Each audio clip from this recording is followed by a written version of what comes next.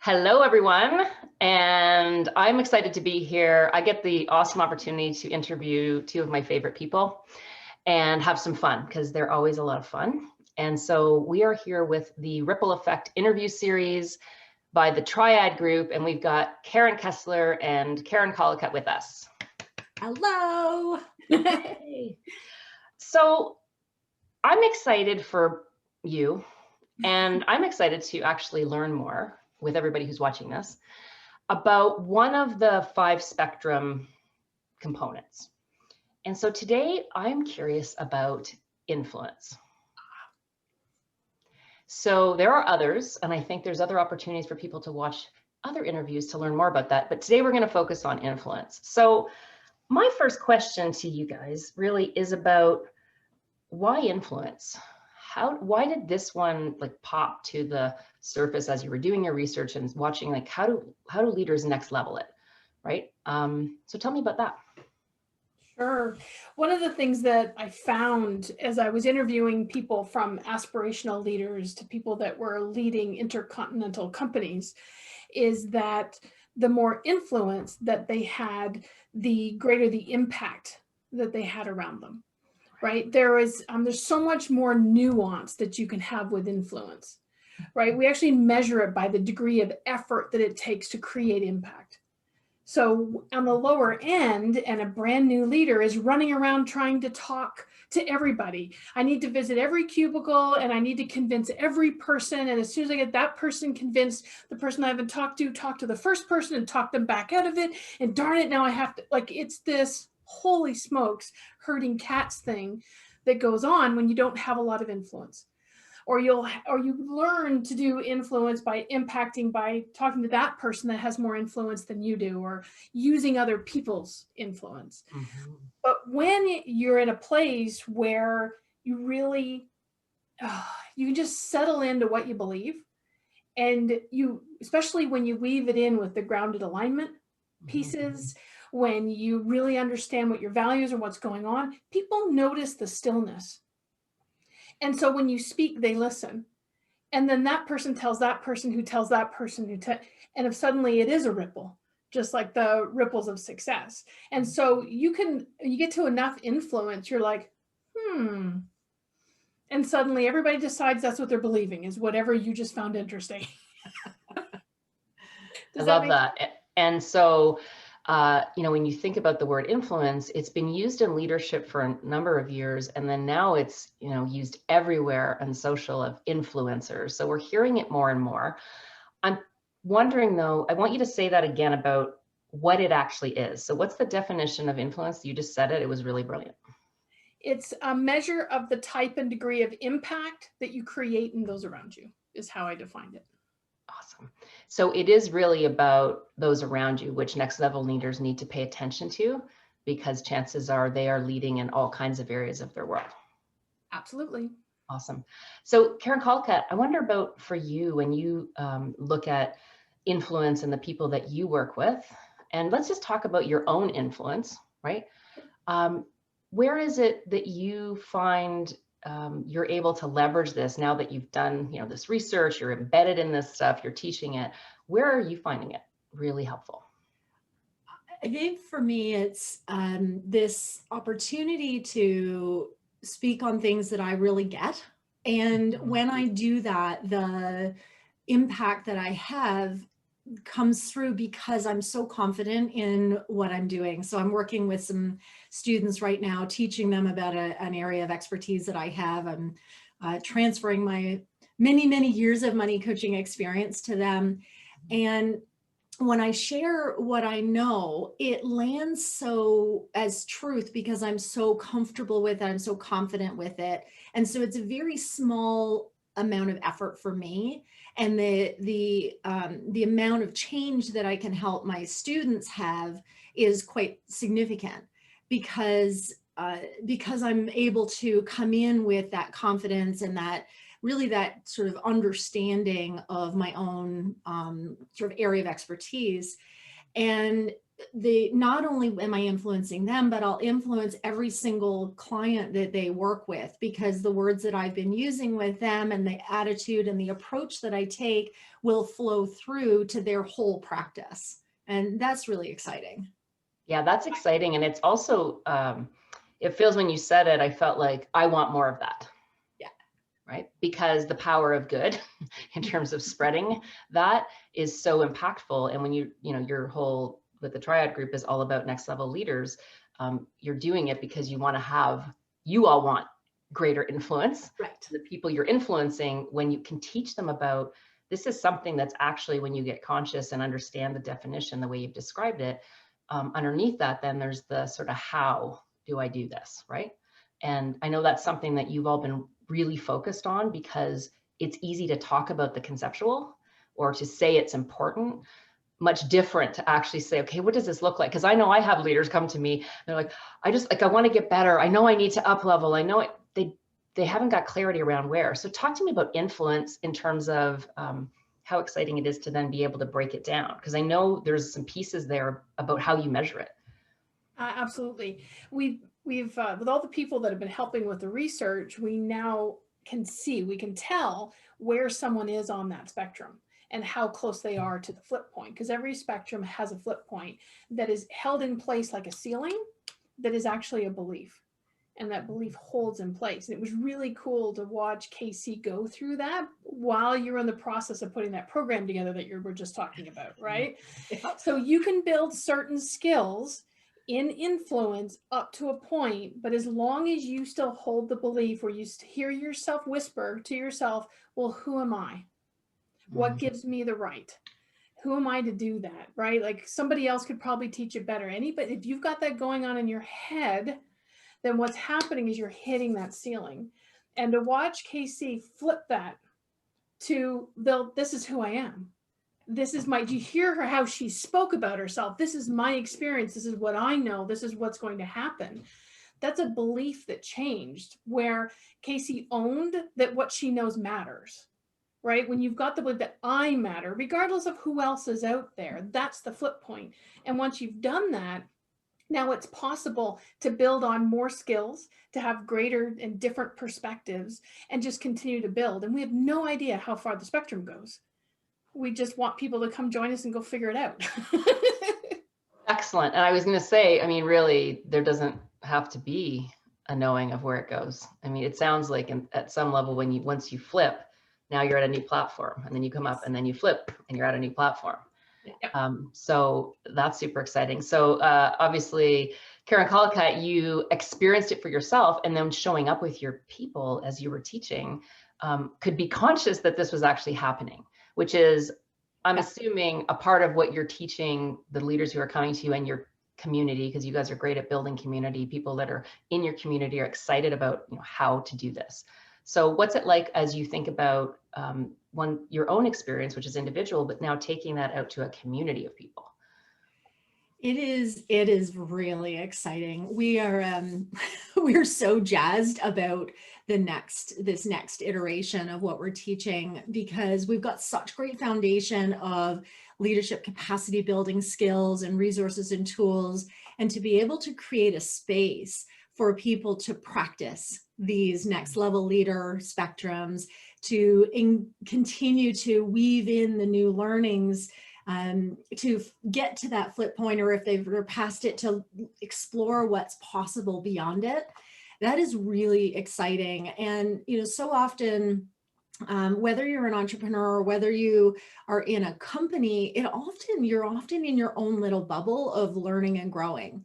And, especially as entrepreneurs, and being able to create space for people to come together in community, to learn and grow together, to share stories, that is so exciting. And we are really jazzed about what we've got coming up. Yeah. And how about you, Karen Kessler? I know you love stories and you love, that weaving together and up-leveling. So what's it like with respect to your community and being able to lead a community through when you hold that intention for them of having greater influence and watching what happens?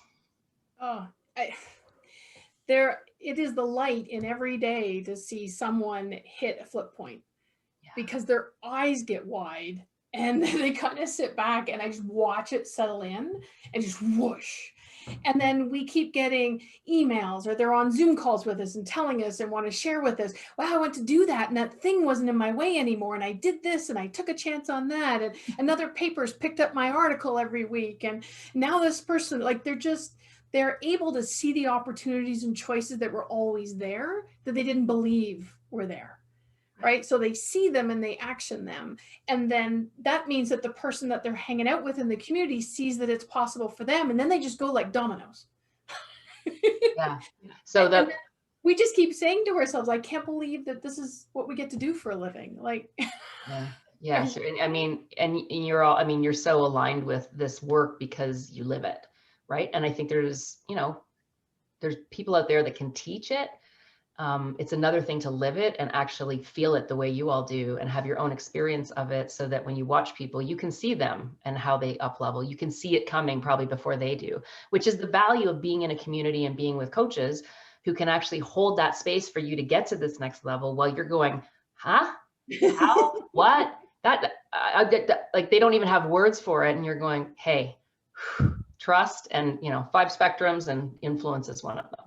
So yay. I'm curious about the, in terms of the less effort and more influence. You talked about this in a previous video that I had watched. And so you're really looking for, because sometimes we think, oh, more influence, I'm going to have to work harder. I got to get up to more people. I need to be on social. And we get in this whole like thing, right? And I'll just put my hand up because I get that. So talk to me about that, because I think that's a big, sometimes that can be a block for people, right? This is where it dovetails into some of the other spectrums. Like, none of these are standalone pieces. So you will notice that anyone that has a great deal of influence is 100% aligned with whatever they are in their life. Like, this is a lot of where the confidence comes from, is that alignment. Where someone is aligned with something kind of icky, they can take an entire group of people and spin them off. And we've watched it happen. Right? Where people have this influence over people. It's like, wake up, people, what's going on? And that's because the charisma that comes from that person at the head is so aligned, right? Whether it's for good or ill. Next level leaders are very clear about aligning with their values, whatever they happen to be, and even understanding that our values change and grow and expand over time, right, as we do, but they stay aligned inside. And from that place, it radiates out. So it's not just confidence, but there's this beautiful alignment. And so people feel like they can trust. People feel like, wow, you're more aligned with yourself than I am with myself right now, or that's where I want to be. And so they listen and they pay attention. So the point is to always be aligned, even if you haven't reached the flip point yet. Always be aligned with what you're saying. And then what happens is it goes further. And you can do like a little push and the impact goes because you have that influence. Totally. Yeah. You know, it reminds me, it's a kind of micro example, but you know, you're taught when speaking that, and you hear great speakers, when they pause, or when you pause, even if you have a count of 2, maybe 3 seconds max, it's not long. And the whole audience does this, like leans in and is doing this, like they want to know. There is something about that. And almost no matter what comes out of your mouth, right there, oh, you know, there's something that's held for that. So what I hear you saying is it's kind of like teaching leaders to be able to do that kind of thing, have that kind of impact on a regular basis, and be able to do it both consciously and eventually as it becomes part of who they are unconsciously. Yeah, because you'll find that when you're forcing it, when you're trying to force influence, it changes how you communicate and when you communicate, and suddenly you're out of touch with your intuition, or you start second guessing your intuition, right? When you're in that forced place. And so when we can sit back and say, it doesn't matter what I plan to say today, what do I need to say today, right? What's the message today? And on this particular day of this taping, Casey and I and Jackie changed everything about what we're doing this morning at 8 o'clock. For example.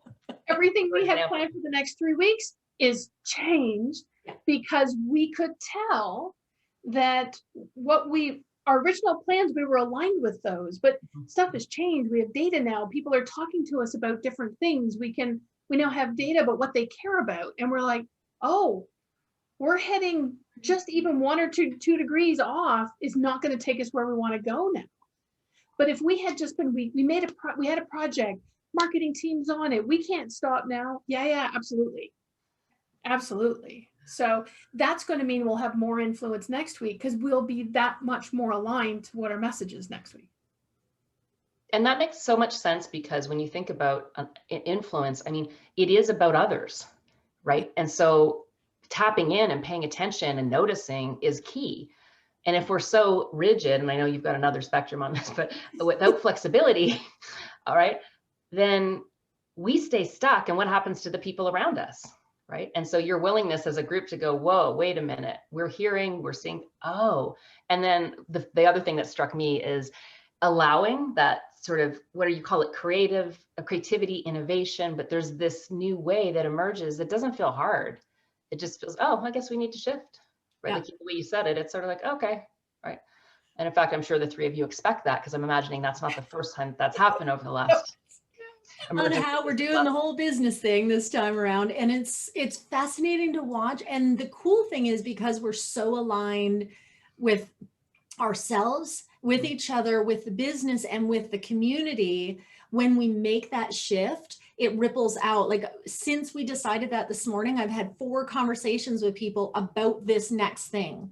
Right. Because as soon as we made the decision, it ripples out, even though we haven't said it out loud to anybody.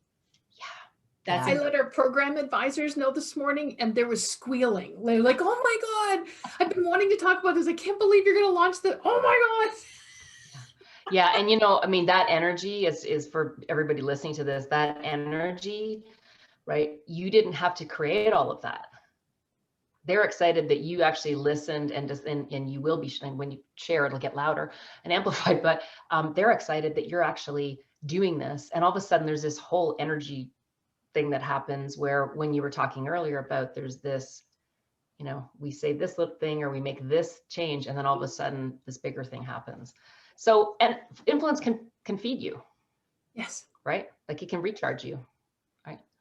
So I'm curious about, we're coming up to International Women's Day. And one of the things that I find interesting this year is there's the hashtag choose to challenge, right? Like putting up our hand to say we're choosing to challenge. And I think influencing and being an influencer is incumbent on us to challenge, right? And so I'm curious about the relationship between, you know, how leaders, especially over this last year, what we've seen in the world, leaders are being called to take a stand, right? To really stand for something. So as you think about, you know, influence and challenging, and, you know, sort of looking at 2021 and choosing to challenge, how do you think becoming a better influencer plays a role in kind of shifting community, my company, the world, however you decide to have your, wherever you decide to have your influence? Did you want to start, Casey, or want me to go first? I can hear the words coming out of your mouth. Go. Okay. Like this one's Karen's. I can hear her talking already. So this all goes back into the grounded alignment piece, right? I think one of the things that often people don't do is figure out what do they stand for. I think that it's important to go back in and decide what's important to me about the big topics that are out there. Where do I stand on that? Because when we start attempting to speak into an environment where other people are already speaking their opinions and we're just copying or we're putting together politically correct, like people can tell when you're coming across surface, right? And then especially if you know there's something going on. So I think it's about coming back and figuring out what is important to you. And around the International Women's like movement, like this much bigger thing, there are many different perspectives that are really important to have. And I think that we can have this wide range of perspectives and all of them will speak to certain people who need to hear it. I don't think we need to have the same alignment, but I think it's important for us to go in and find out what our alignment is. Well said. Absolutely. And as an influencer, that will be important because it'll help you measure your progress and be able to stay aligned. Excellent. Right. How about you, Karen? What she said. And I think the thing that when I hear choose to challenge, what I hear is an invitation. I think for a lot of years, women in particular have felt or have been taught to be polite, to be nice, to be all of that. And this is a continuing blossoming of women's voice, and that is our influence. We are actually, women are very good at speaking from the heart and the head together, and this is an opportunity for us to do that. Awesome. I love that. And I think yes to all of that. And I think it is an invitation. And I love that positioning because especially for women, it can be a thing to say challenge. Yeah. Choosing to, it sounds very strong. And I'm like, choose, people I'm talking to, I'm saying, choose something. And some people have been coming up with really great answers around. And for me too, I need to challenge myself, not just everything around out there. Because I think influencers, great influencers and leaders who are going to the next level, like, as everything you've said, they need to look inside first, because that's the place where it starts. It's not about influencing everybody out there or challenging everybody out there when we're not taking care of this. Does that make sense? Absolutely. Good. So as we end today, I'm just wondering if you have one thing that you'd like each to share with anybody who's listening, who's saying, how do I know influence is maybe one of the 5 spectrum pieces that I really want to work on? And I think you've touched on it, but just to highlight one thing each. Well, I think the one thing would be that if you're kind of tired of hearing the voice saying, well, who am I, that's holding you back, when you know that you're supposed to be out influencing and you're stopping, then it's time to come and play. Love it. Excellent. How about you, Karen? Yeah, it's that it's the same idea. If there's something sort of burning in your heart that you want to say and you're not sure how it's going to land or what to do about it, you know, this is an opportunity to really start to play with where can you take that and how can you have the kind of impact that you want. Excellent. I think that's an amazing place to end. I feel psyched because it's making me think about, especially with this week ahead with Choose to Challenge, about where I am aligned and where I need to get more grounded in, you know, I am me and that's enough. So thank you for that. And I'm sure everybody listening has a really deep appreciation for the impact that you can have when you decide to focus on influence. So congratulations. And this wraps this episode of Ripples of Success. Thank you, Jill. Thanks, Jill. Thanks, guys. Take care.